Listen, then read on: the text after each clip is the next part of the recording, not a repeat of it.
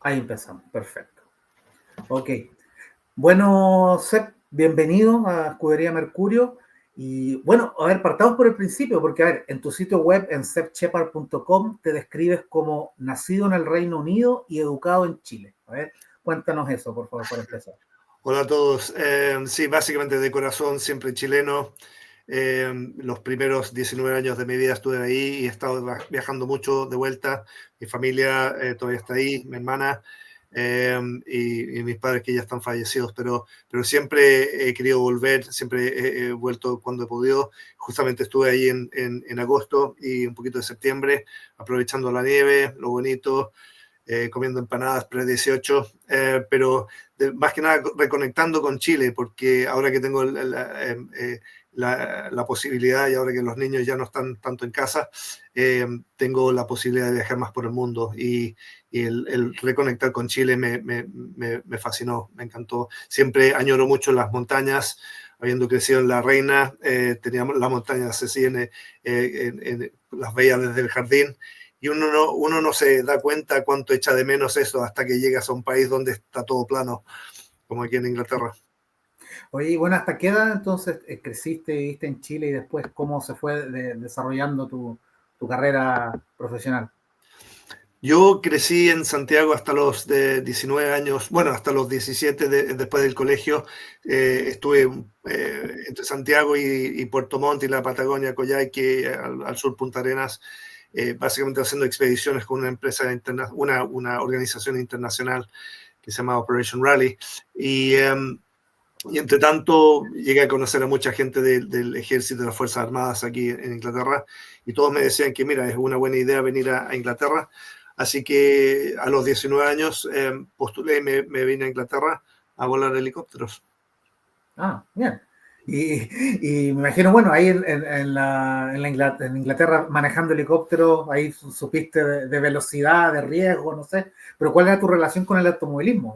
¿O cómo es que ese proceso o que ese camino te termina llevando a la Fórmula 1? La verdad es que no hay ninguna razón específica de por qué, cómo llegué a la Fórmula 1. Obviamente estuve volando helicóptero durante mucho tiempo y lo bonito de eso es que en mi caso volábamos helicópteros antisubmarinos que tienes que volar muy bajo todo el tiempo en el mar y entre montañas también cuando estás rescatando gente. Pero entonces o sea, estás todo el día viajando a una velocidad bastante fuerte. Casi no tanto como en la Fórmula 1, pero bastante rápido y a ras de tierra. O sea, eso es una experiencia espectacular. El cómo llegué a la Fórmula 1 después de mucho tiempo. O sea, me salí de la Armada después de casi 10 años. Me fui estuve trabajando en defensa aquí en Inglaterra durante un tiempo y terminamos en España durante 11 años, yo trabajando para Airbus, donde estábamos haciendo un avión que se llama el A400M, que es un avión de transporte militar, que básicamente reemplaza al Hércules, el que conocemos como un avión de transporte de toda la vida, ¿no? Y después de mucho tiempo en España y habiendo sido un agricultor ecológico de aceite de oliva, entre otras cosas, nos volvimos con mucha pena aquí a Inglaterra, pero los niños para que crecieran aquí con su abuela y en inglés también. Y de la nada salió una oportunidad de ir a trabajar en un equipo de Fórmula 1 que se llamaba Lotus Renault en esos días, que como yo tenía experiencia en simuladores, querían que yo fuera a armarles, o sea, a ayudar a hacer el desarrollo de un simulador que estaban haciendo en esos días. Y les gustó lo que hacía, hicimos varios trabajos más y después de como 2 años volví a la consultoría donde la que trabajaba, que ahora se llama Capgemini, que como una de las grandes del mundo. Y durante varios años estuve trabajando como tú dijiste antes, en muchas industrias distintas, como el jefe de transformación y cambio, y además que mucho de mergers and acquisitions, y en varias industrias como ciberseguridad, datos, telecoms, aviones, trenes, autos de todo. Y después mi jefe, en 2018, mi jefe me llama, el jefe que había tenido en la Fórmula 1, me llama de vuelta y me dice, oye, mira, Sebastián, quiero que te vengas aquí a hacerte cargo del equipo de ingeniería. Y yo le dije, oye, mira, tú te acuerdas que yo no tengo la más mínima idea de cómo funciona un auto. Yo no soy técnico, o sea, yo pilotaba helicópteros, pero no sabía cómo arreglarlos, ¿no? Mecánica, claro, nada mecánica. Y mucho menos un auto de Fórmula 1. No. Y bueno, se rió mucho, como siempre, pero me dijo, mira, esa es exactamente la razón de por qué te necesitamos a ti, Sebastián, porque tú no eres técnico y tenemos mucha gente técnica que son muy buenas para hacer todas las cositas que hay que hacer de ingeniería y de diseño para hacer que el auto ande más rápido.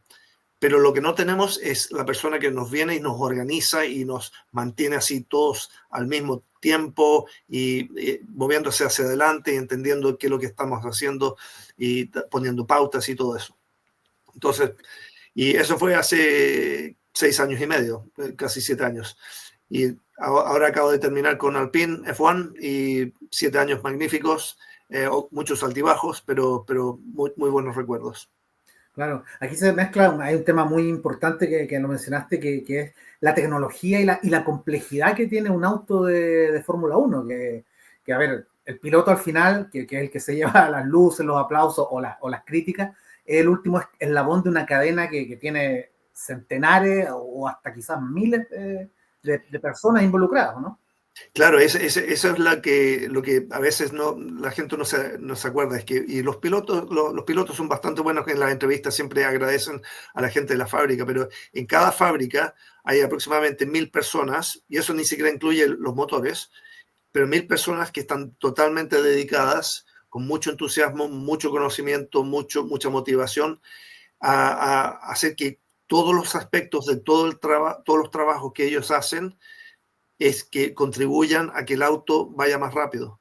Y es espectacular verlo, porque son gente muy, muy motivada, muy buena, muy inteligente, pero es el ver que todos van en la misma dirección. Claro. Y Hay gente, tú vas perdón, ¿Cómo? no, te iba a decir que me parece, incluso hay más gente que no va a las carreras, que no va a los circuitos y que tiene relación con el desarrollo del auto, ¿no? No, claro, sí, antes en su día, cuando no había ningún límite de coste, eh, la- la- los equipos llevaban a como 100, 150 personas todas las carreras y era un coste espectacular. Ahora llevan máximo 50, 60 personas y entonces el resto tú tienes que estar en la fábrica. Y hasta cierto punto con las comunicaciones de hoy que son tan rápidas, que el dato desde que lo recoge en el auto hasta que llega a la fábrica son aproximadamente 300 milisegundos, o sea, un tercio de un segundo. Y con eso tú tienes los datos en tiempo real para que los ingenieros puedan ver durante las prácticas antes de cada carrera, para ir haciendo los pequeños cambios que se pueden hacer remotamente, ir con los ingenieros ahí en la pista para darles o sea, los valores para cambiar el auto, ¿no? Pero al mismo tiempo toda esa información se recoge y son como aproximadamente 1.5 terabytes por fin de semana, y creo que era la figura de como 1 millón de puntos de datos cada segundo que salen del auto. Y todo eso se va recogiendo y se usa al mismo tiempo que después de la carrera, la próxima semana, se va usando para analizar, para qué se puede mejorar, cómo se puede mejorar, qué pudimos haber hecho mejor. Y todo eso son cosas tan pequeñas que estás hablando de una mejora de 1 milésima de segundo. Entonces, una forma de poder visualizarlo bastante bien, porque mucha gente ve los autos, corre muy rápido y todo eso, pero una forma de visualizarlo muy, muy bien es que un parpadeo de ojos son aproximadamente entre 0.1 y 0.3 segundos. Si una vuelta de una pista son aproximadamente 80 segundos, recorren aproximadamente 5 kilómetros, pero es el último cuarto de segundo donde pasan los primeros 5, 6 autos. Entonces, si tú parpadeas cuando pasa el primer auto, cuando se te abren los ojos ya han pasado otros 5.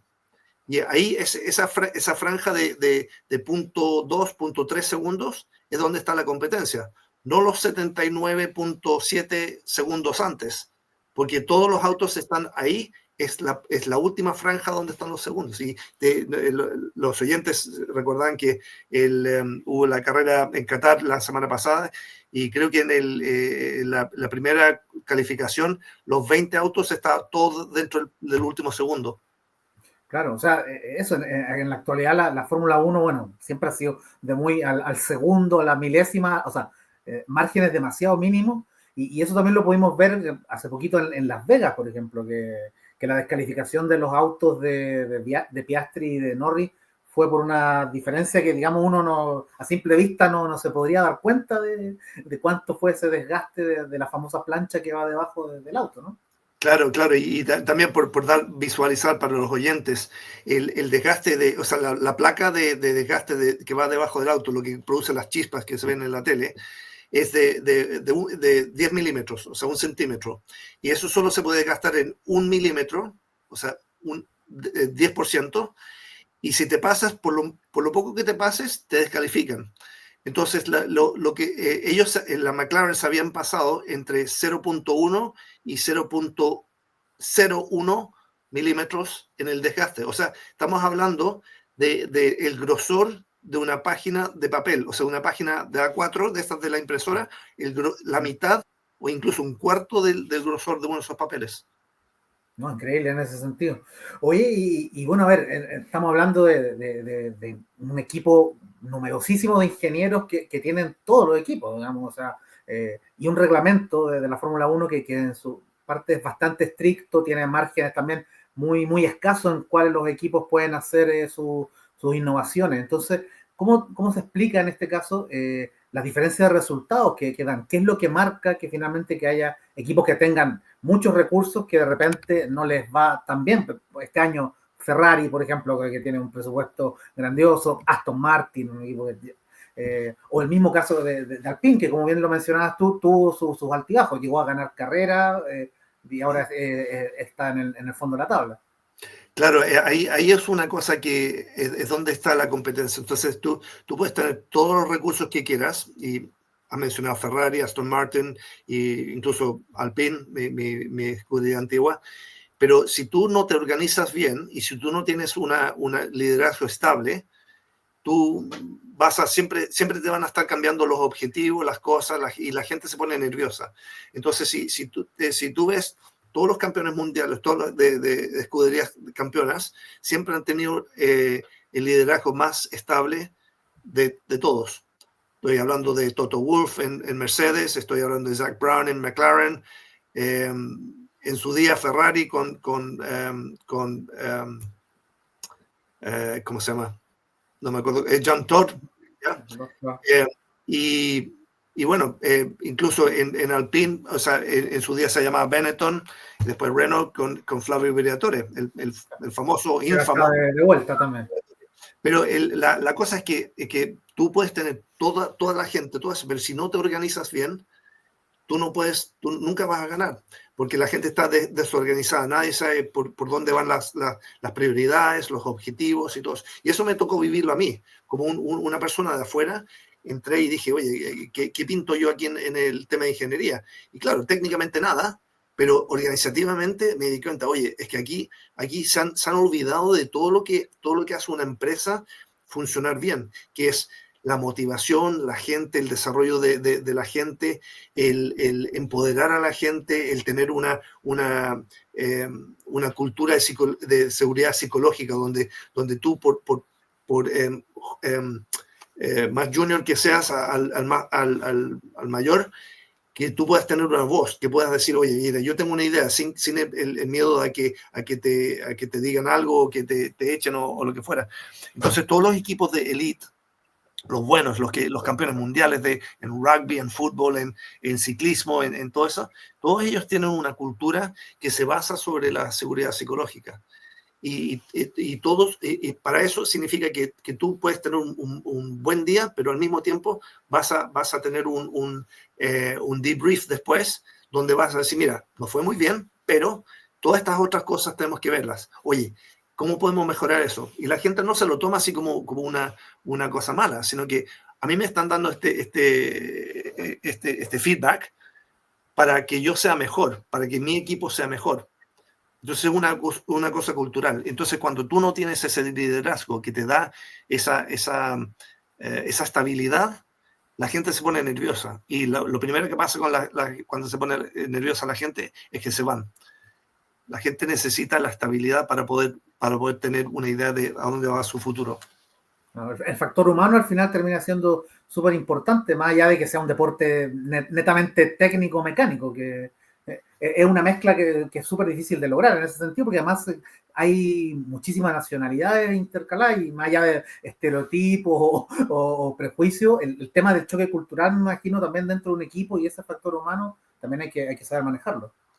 Claro, o sea, a mí lo que me ha tocado en mucha mi trayectoria es tener que trabajar con gente muy, muy bien capacitada, de todo tipo de culturas, de distintas partes del mundo, con distintos pensamientos, formas de actuar, donde, por ejemplo, un inglés puede estar hablando con un alemán y uno le está contando algo y el otro se lo toma mal porque culturalmente le choca, pero si tú sabes las dos culturas, puedes decirle, oye, mira, esto es lo que él pensaba que te estaba diciendo era esto, pero lo que de veras te estaba diciendo era esto. Ah, ya, ahora lo entiendo. Entonces, por ejemplo, en Alpine, yo tenía de los 180 ingenieros que trabajaban en mi equipo, teníamos como 21 nacionalidades distintas, y entre ellos españoles, incluso teníamos chilenos, italianos, franceses, alemanes, obviamente ingleses, incluso americanos, de todos tipos. Pero lo bueno es que esa diversidad cultural te trae, y especialmente la gente que viene de afuera, o que viene fresca, que viene con una mentalidad muy amplia. En todas las empresas, cuando tú ya llevas mucho tiempo, te vas como que encajonando un poquito con las ideas y se te hace un poquito más difícil el poder abrir la mente. Entonces, una de las técnicas que yo siempre hago con mi gente es que les digo, mira, para que abran su mentalidad un poquito más, cuando tengas una reunión de pocas personas, 2 o 3 personas, no te metas en una sala de reuniones. Si es que está bonito afuera, sal a caminar, porque eso te relaja, te abre la mente un poco, y ahí es donde salen las ideas buenas. Y yo lo he puesto en práctica muchas veces, incluso cuánto de nosotros, incluso los oyentes, que se les ocurre esa idea cuando están trotando, cuando salen en la bicicleta o en la ducha, no sé, pero generalmente las buenas ideas nunca salen en la oficina. Muy bien. Y a ver, lo que mencionabas de la cantidad de datos que se recopilan y eso, ¿cómo influye ahora lo que está muy, obviamente, en la actualidad, la inteligencia artificial y cómo utilizarla para que ayude en agilizar quizá la procesamiento y la toma de datos y cómo llevarlo después a la práctica? Bueno, es un tema muy, muy amplio. Incluso estoy dando una clase en la Universidad de Oxford este jueves justamente sobre eso. Pero por resumirlo un poco, los datos, usamos muchos datos. Entonces, el manejar esos datos, el recopilar los datos, el analizar los datos, el resumir los datos, el ponerlos en pantallas, dashboards, que los llamamos nosotros, de inteligencia, o sea, se llama business intelligence, pero también el uso de inteligencia artificial para poder ir a sacar todos los datos específicos de un mar de datos que pueden salir. Todo eso se está empezando a usar mucho más. Y en el caso nuestro lo estamos usando para cosas como pasó en la última carrera de Qatar, donde hay un safety car y lo primero que debería saltar en la pantalla, oye, tenemos una ventana de safety car para poder entrar y cambiar neumáticos. Y todos, menos McLaren, lo hicieron. Claro. Y nadie entiende por qué McLaren no lo hizo, porque tenían el tiempo, pero ese tipo de cosas pueden, en vez de que ser un humano que te demora un poquito en llegar a esa decisión, pero si tienes los datos y te saltan enfrente, porque ya vienen todos así recopilados y resumidos, eso, la decisión se te hace mucho más fácil. Entonces, en el caso de la Fórmula 1, y bueno, esto da para otro episodio si quieres hacerlo, pero estamos usándolo en todo, desde la pista, desde cómo se pueden resumir los datos que vienen del auto para mejorar el auto para la segunda vuelta, o incluso en el diseño del auto. para poder hacer ese proceso de diseño que es bastante largo, pero para hacerlo mucho más rápido, cosa de que los ingenieros no tengan que pasarse 80% del tiempo así jugando con un software que juntando líneas y puntos de cualquier persona que haya usado un CAD, Computer Aided Design, ahí de los oyentes sabrá a lo que me refiero. Entonces, todo ese tipo de cosas está empezando a ayudar a los usuarios a hacer su trabajo más fácil, pero al final de todo esto, toda esta inteligencia artificial, la ciencia de datos y todo eso, requiere a gente que lo programe, que lo use, que lo utilice, que lo resuma, que entienda la connotación, porque, por ejemplo, los datos, estos pueden venir y puede ser una artificial intelligence o lo que fuera, pero es un humano al final el que toma la decisión, porque puede haber un factor que el computador simplemente no sabe o que la inteligencia artificial no sabe. Por ejemplo, oye, que la inteligencia artificial te dice, oye, hay que entrar a cambiar neumáticos, pero el piloto te está diciendo, oye, no, me queda bastante neumático aquí, o oye, viene lluvia ahora, pero el computador no lo sabe. Claro, o las papaya rules, que se especula que también influyeron en que alguien no le haya dicho box a Norris y a Piastri ahora en Qatar. O sea, eso, lo que tú mencionabas, al final el factor humano te termina marcando mucho. Claro, todavía, claro, por suerte, ¿o no? claro. Oye, a propósito del factor humano, hablemos un poquito, a ver, obviamente en esta época te ha tocado estar con varios pilotos, partamos por, no sé, Lotus Renault, era la dupla Grosjean-Raikkonen, hay dos personalidades, me imagino, bastante diferentes y sobre todo, bueno, Kimi campeón mundial con su estilo bien particular de ser. Kimi me tocó la suerte de conocerle muy brevemente cuando se vino a hacer cuando lo anunciaron y se vino a hacer la prueba del asiento, donde lo moldean básicamente un asiento. Me tocó de casualidad conocerlo porque estaba en la máquina del café, ahí abajo en la fábrica, y los pilotos se andan por la fábrica, así, son un empleado más, o sea, no se dan aires ni nada, porque saben que la gente alrededor suyo son los que les dan el auto, ¿no? Pero bueno, Kimi estaba ahí con creo que su manager, y no entendían cómo usar la máquina del café. Esta es una de estas cositas que apretan los botones y listo. Y me tocó enseñarle a un campeón mundial cómo usar una máquina de café. Pero era... No, dijo Leave me alone, I know what to do. Claro.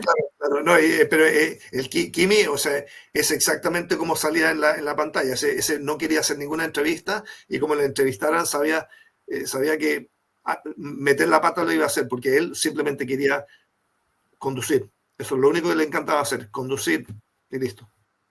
Perfecto. Y también, bueno, te tocó quizás todo lo contrario a Kimi, porque el 2019 en Renault tenías a Hülkenberg y Daniel Ricciardo, recién llegado de Red Bull, como estrella, me imagino, también, pero con esa personalidad que salió tan a la luz en el Drive to Survive, por ejemplo.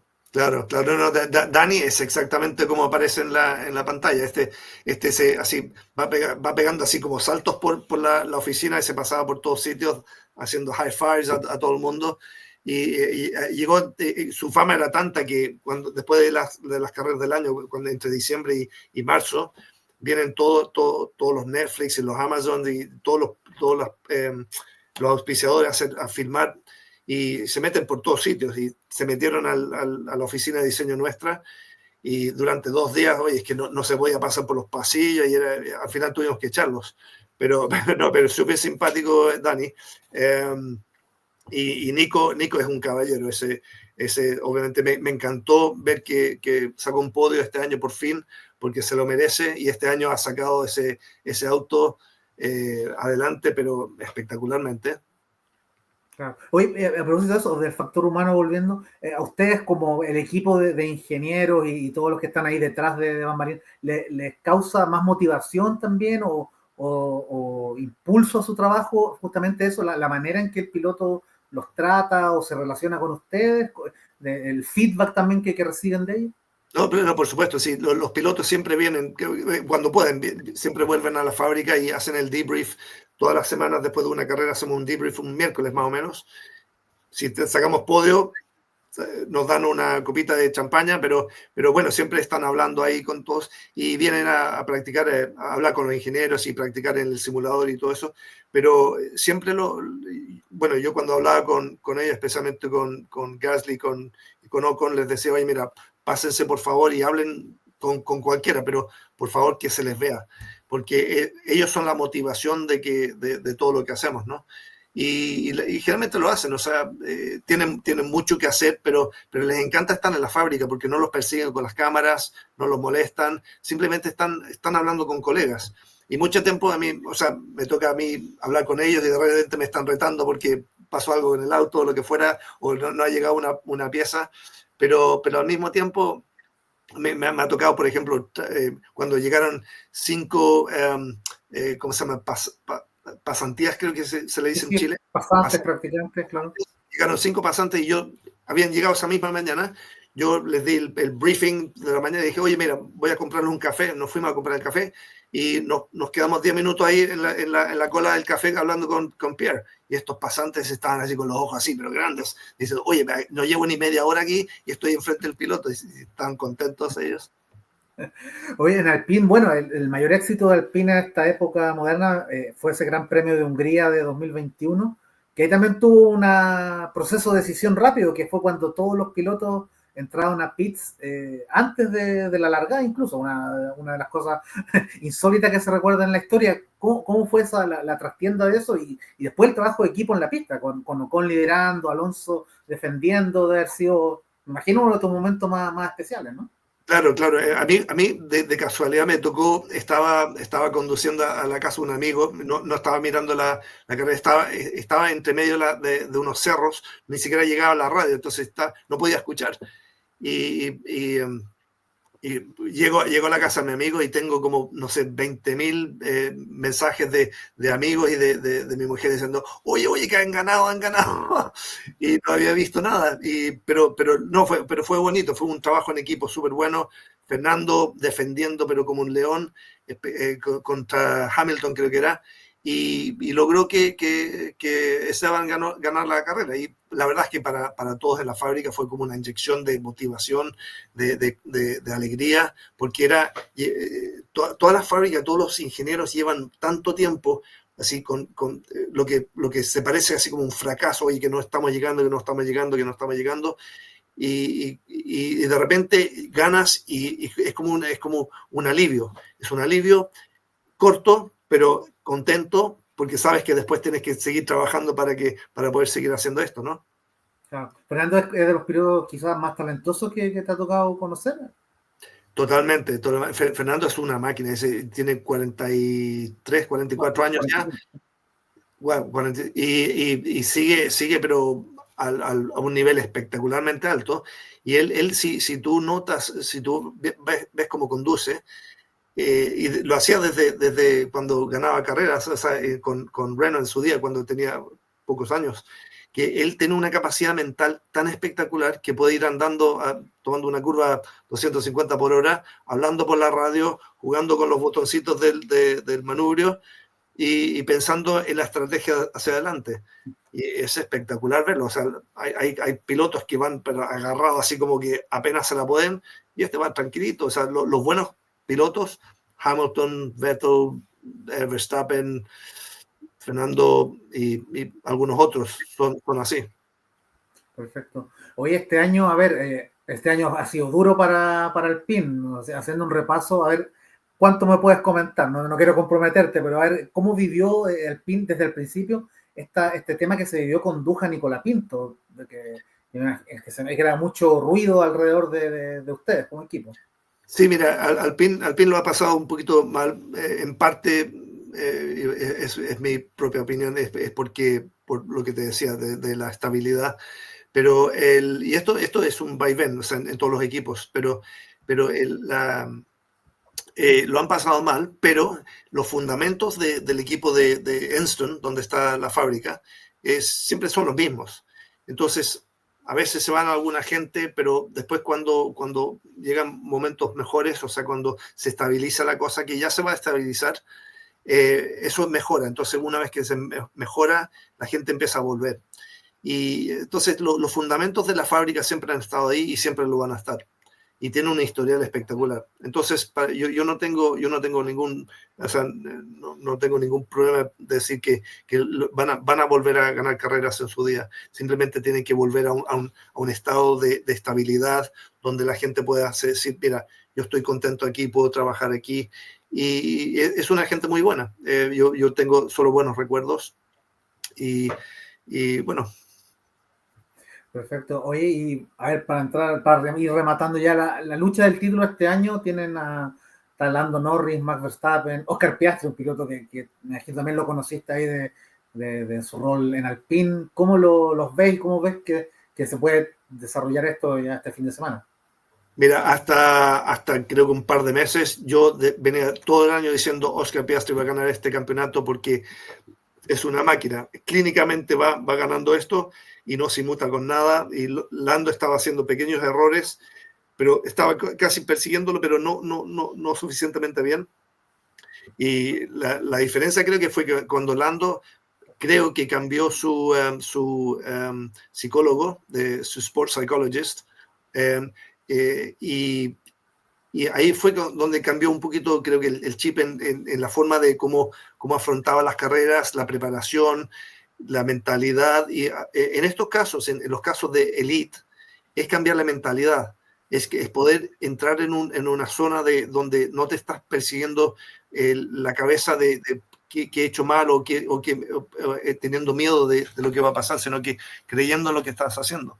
Entonces, entre todo esto y los papaya rules, que la verdad es que hay que felicitar a McLaren, porque manejar a dos pilotos que son tan buenos sin que se peleen es increíble. O sea, la historia ha mostrado que las duplas en los mismos equipos siempre se pelean. Y en este caso lo han mantenido súper bien. Pero entre todo y esto, Verstappen entra y de repente de la nada, creo que estaba como a 100 puntos de Piastri y ahora está a como 16, creo que era, una cosa así. A 12 adelante. Y está delante de Piastri, claro. Claro. Entonces eso lo que lleva es que las últimas 4 o 5 carreras, todo el mundo pensaba, bueno, Lando lo va a ganar, pero no, ahora va a llegar hasta la última carrera y nadie va a saber qué pasa. O sea, puede ser cualquiera de los tres. ¿Y tú crees en las teorías conspirativas, esas que tanto se habla en la prensa o no? No, absolutamente no. O sea, eso la prensa tiene que vender ojos, ¿no? Y toda la gente quiere pensar que hay una conspiración de eso, pero te aseguro que ahí, o sea, aunque fuera una conspiración, organizar una cosa como esa es imposible.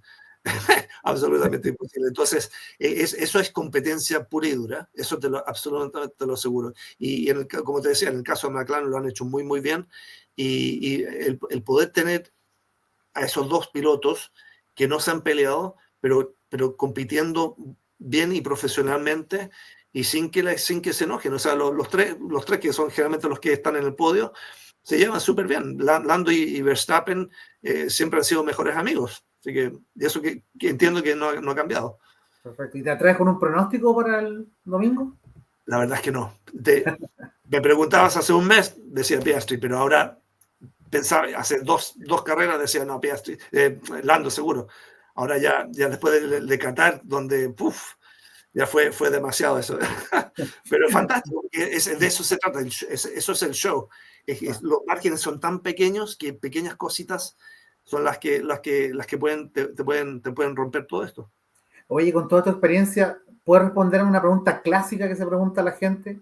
¿Cuánto es el porcentaje del resultado que depende del auto y cuánto del piloto, finalmente? Mira, conociendo todo esto. No te podría decir, o sea, científicamente, pero el baremo que dicen es que es aproximadamente 80% el auto, 20% el piloto. Pero el piloto puede hacer un 25, un 30%, porque hay autos que, por ejemplo, digamos Fernando Alonso, que se puede llevar un auto a lugares donde ese auto no debería estar. Al igual que al contrario, o sea, Verstappen tiene un auto que solo él puede conducir. Tsunoda, que lo acaban de echar de Red Bull, junto con no sé cuántos más a través de los años, cualquier otro piloto no puede conducir ese auto. Pero la verdad es que yo no sé si Verstappen se lo metiese en otro auto si ese le fuera tan bien.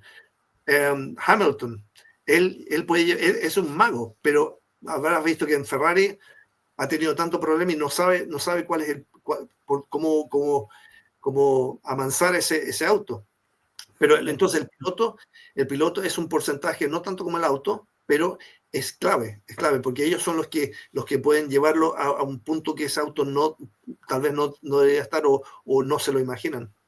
Perfecto. Y Oye, en la consistencia, porque Leclerc, por ejemplo, puede hacer una vuelta muy rápida, pero es la consistencia, hacerlo 70 vueltas. perfecto. Oye, bueno, a ver, hablemos para ir cerrando de tu rol de ahora. Tienes toda esta experiencia acumulada, ¿cómo lo trasladas y cómo organizarlo para hablar de distintos temas, enfocarlo en distintas charlas en tu rol de profesor, de conferencista, asesorando a distintas empresas? ¿Cómo es ese proceso para ti? Claro, entonces acabo de lanzar una consultoría, tanto aquí en Inglaterra como en Latinoamérica y entre otras cosas en Chile, donde yo básicamente trabajo con empresas para básicamente llevar todos los secretos de cómo se organizan los equipos de elite, como en Fórmula 1, como en la aviación militar, en las fuerzas especiales, los equipos de rugby, todo eso. Todas esas cositas del liderazgo, del trabajo en equipo, de la seguridad psicológica, de la motivación, la resiliencia, todo eso. ¿Cómo organizas una empresa para llevarlo de una manera que es tan eficiente como estos equipos de Fórmula 1? Entonces, también he estado dando charlas en las universidades, a los MBAs, a las escuelas de negocios, y también en colegios para intentar traer a niños que vengan a ser ingenieros en el futuro. Pero entonces la idea es hacer eso, trabajar con algunas consultoras con las que estoy hablando en Santiago en estos momentos, para en algún día ojalá poder volver a Chile. Claro. Y todo esto lo tienes resumido, consignado para que te contacten también en tu sitio web, ¿no? Correcto, sí. Creo que vas a poner el link ahí Sí, en el podcast. serchepar.com, ¿cierto? Sí. Correcto, sí. Perfecto. Ok, pues te agradezco mucho por tu tiempo, ha sido muy interesante y gracias por abrir un poco esta puerta de eso, de que un chileno esté ahí metido también en las grandes ligas de la Fórmula 1. Por supuesto, oye, me ha encantado y ojalá que la gente que esté escuchando que también le haya gustado y que sigan viendo la Fórmula 1, porque es un deporte espectacular, es una carrera técnica tanto como en pista, y como te dice, la carrera se gana en la fábrica, tanto como en la pista. Y bueno, encantado y ojalá podamos hacerlo pronto, de nuevo. Perfecto. Un placer, pues. Muchas gracias. Gracias.